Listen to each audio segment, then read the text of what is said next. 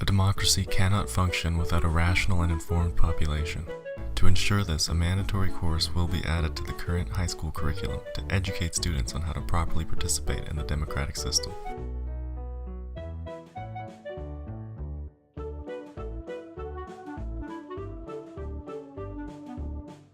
Voters across the country are split into electoral districts, or constituencies. The voters in a constituency elect party members to represent them in the House of Commons. The party with the most elected representatives forms the government.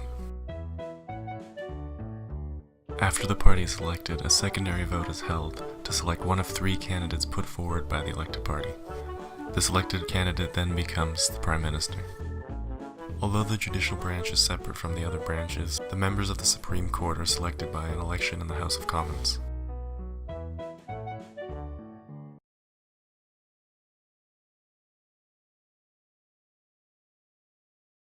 Alright, our ultimate democracy is made to combat problems in the various systems that we've studied so far. One of these problems is voter apathy, including wasted votes or people just not going to vote. To combat this, we've instituted a class system where a mandatory class like COM is required to graduate in high school. This will be taken at like the grade 12 level. It differs from social studies because we're not looking at the history or the ideologies as we are looking at the actual political parties running and their current platforms and how to keep current on the elections. So that's how we're combating it, because we think maybe if they have more information on it, they'll be more likely to vote in the future. Okay, secondly, we had disproportionate constituencies. So this is seen most prevalently in the US and Sweden, where the constituencies aren't necessarily made of a set number of people, but rather like a geographical region or state. So we thought it would be better to have just a set constituency number of maybe 100,000 people, which obviously would vary on the population size of the country.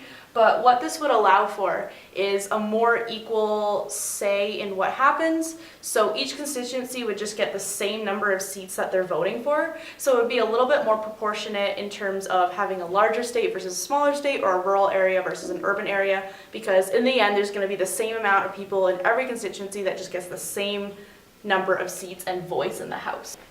This issue might apply more to Canada and the US than Sweden, where Sweden has a multi-member proportional representative system where multiple people from each constituency are elected, so you can hear the minority's voice because some of their seats are actually going to get into the House of Commons even though they weren't the majority vote.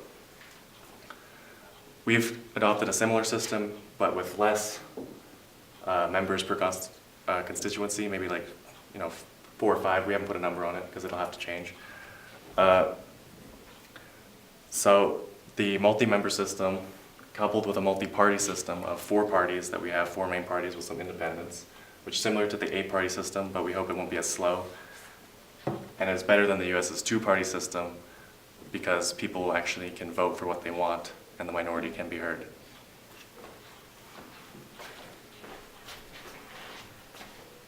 We hope you enjoyed the video.